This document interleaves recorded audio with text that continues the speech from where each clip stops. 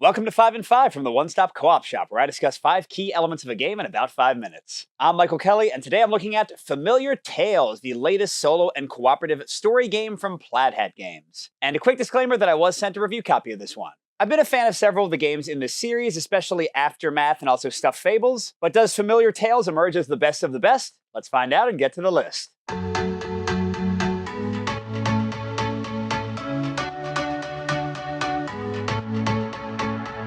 So to start out with my number 5, I'm looking at the true solo rules and the rules for playing with fewer than 4 players, and this one is a full-on con, unfortunately. So in this game, you always have 4 characters, and each of them has their own unique deck that you deck build into, and their own inventory and all this stuff.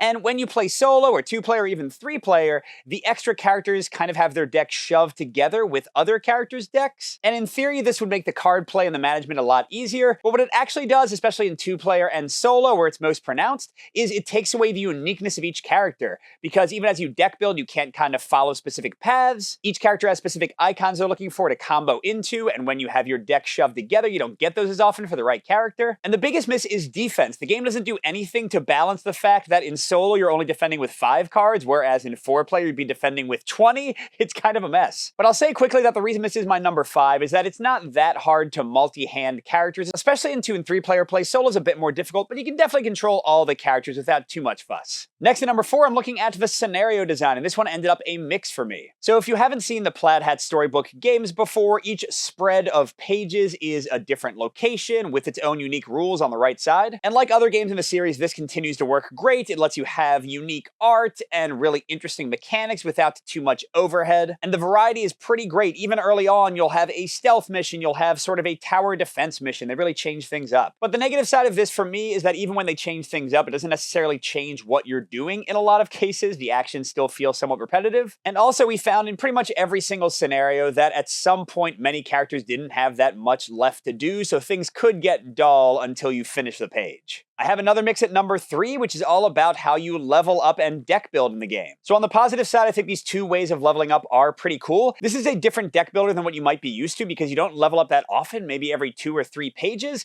but you maintain your deck. You don't have to like kind of break it down and level up again each time you play. So each card you add, each card you cull can have a pretty major effect for a long time, and I really enjoy that. I also really like the simple crafting system to get new items, especially because they combo with the cards you build into your deck, so you can get some really cool synergy going. But I have 2 major negatives that bring this down to a mix for me. First of all, how individual players get power, which is the resource you use to deck build, is incredibly swingy and can really lead to unbalanced play unless you house rule it to balance it out. And the other complaint is that with the icons and the combos and the stats and the items, they have very, very clear kind of lines of progression for each of the characters. Yes, you can break out of that if you want to, but I don't think it makes too much sense. So at least in my repeat campaign plays, I definitely see characters kind of getting the same stuff and going in the same directions. But I'm finally up to a full-on pro for my number 2, which is both the app integration, because this game does need a website active to play, and the story that comes with it. So first of all, on the side of the app, it's really well done. It's basically the same system that Plaid Hat used for Forgotten Waters. It has nice music, a really easy interface, and one of the nice things is you don't have to interact with it all the time. Most of the time, you're just using it to advance each character's turn, and it tracks the danger level. But then when you get into the story, which is my other part of this, it's really great. It has really awesome narration and full voice acting, and the story itself feels like you're living out a Disney adventure. The characters have fun personality. The events that take place have weight and importance.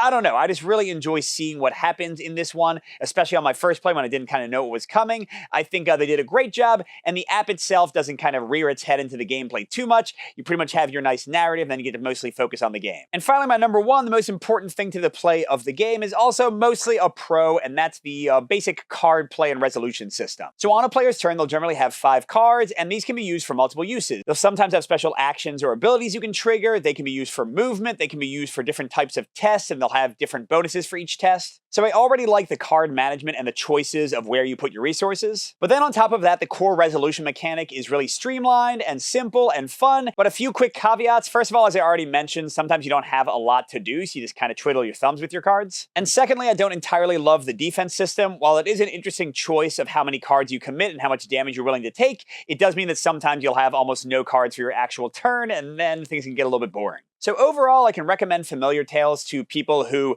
enjoy light dungeon crawlers, who want a really fun story, especially a family-friendly story. I think it'll also appeal to fans of quick deck builders and fans of tactical card play. But on the other hand, you might want to avoid Familiar Tales if you're looking for something weighty and meaty and more strategic, like if you're looking for a Gloomhaven type of dungeon crawler or a really involved deck builder. It doesn't delve too deeply into any of those things. And also, you might want to avoid this one if you're going to play 2-player or solo and you really hate the idea of multi-handing because, as I said, the variant they use doesn't really work that well. And hey, if you want to see the game in action, I have a quick playthrough with basically no spoilers. It's just the first page of the adventure. You can check it out. Good gaming, and I'll see you at the next stop.